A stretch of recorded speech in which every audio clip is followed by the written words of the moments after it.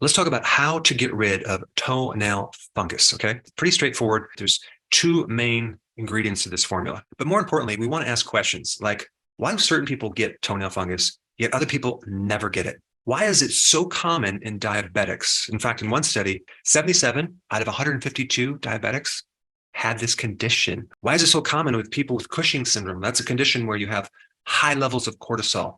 You're really stressed out. And why are you at risk for getting this condition if you have your spleen removed? So these are all questions we need to ask. And the reason I'm doing this video is I really want you to start to change the way you look at your body, change the way you look at symptoms. Look at symptoms as the indicator light on your car, your engine light, right? You wouldn't just disconnect the wire, right? You would try to find out and diagnose what's really underneath the hood.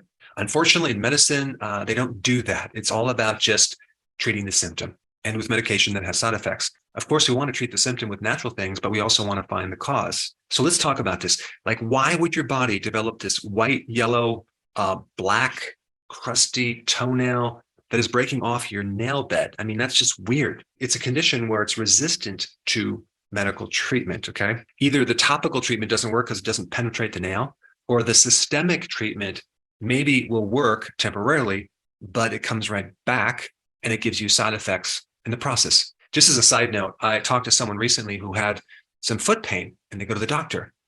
And the way the doctor treated it is to give them a steroid, not localized, injected into the foot, but an oral steroid, prednisone, which is going to be systemic. It's going to go through the entire body to get rid of her foot pain. My thought is like, what's going to happen in a few days? It's going to wear off. It's going to come right back. And then what? You take another one and then another one. And then all of a sudden, all the problems that come with it. I mean, it's just bizarre. But with toenail fungus, just in America, there's like 35 million people who have this. And in the Western part of the world, it's more of a fungus. In the tropical regions, it's more of a mold because it's more moisture and it's more humid. So how do we figure this out? Well, first thing is, okay, we have this fungus, right? What is going on with fungus in the nail? Well, we can relate it to other things where we have an overgrowth of fungus or candida or a yeast infection in other parts of our body, like whether it's the groin or even the mouth or on your skin. You see a lot of people get an overgrowth of candida or yeast after an antibiotic because the normal bacteria in their body keep this fungus in check. Okay, so there's always this balance. You know that you have friendly bacteria in your gut and you know you have friendly bacteria on your skin. But did you know you also have friendly fungus on your skin as well and inside your body? You have friendly candida and you have friendly yeast. It's not just about bacteria. The friendly fungus is called mycobiota. Mycobiota describes the different funguses that live on and inside your body that can help you unless the environment changes, they get stressed, and some of them turn pathogenic. So a big part of this has to do with this battle between your own immune system, which, by the way, is your friendly microbes. It's also your friendly fungus. That's part of your immune system.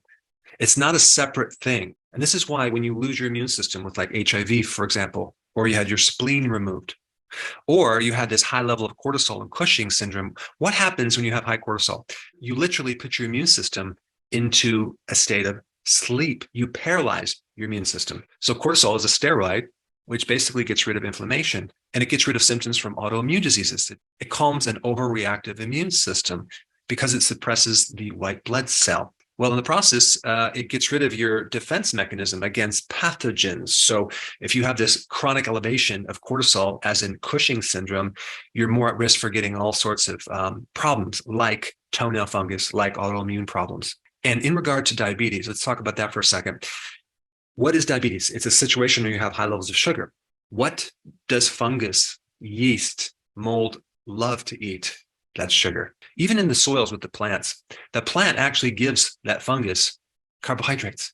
And then the fungus gives the plant root minerals. So it exchanges a carbohydrate for minerals. So fungus love sugar. And of course, the cortisol with the stress, that's another thing. In fact, there's one study that I read that when a person started to balance out their cortisol levels, toenail fungus went away, which is interesting. And then what's unique about the HIV is that is a condition where you basically lose your entire immune system. So all sorts of things can happen. Anytime you want to strengthen your immune system, there's 4 things to do. Number 1, start increasing your vitamin D levels. Okay. Number 2, vitamin C, a natural form of vitamin C.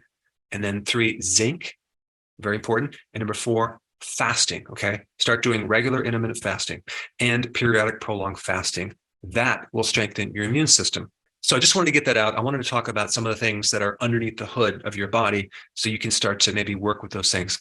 Let's get right to the remedy. There's just two things to focus primarily on. Number one is Epsom salts, and number two is iodine. So with Epsom salts, you just take 2 tablespoons, mix it with 3 or 4 cups of water where it's really hot, dissolve it completely, and then you're going to soak your foot in that solution for about 15 minutes, okay?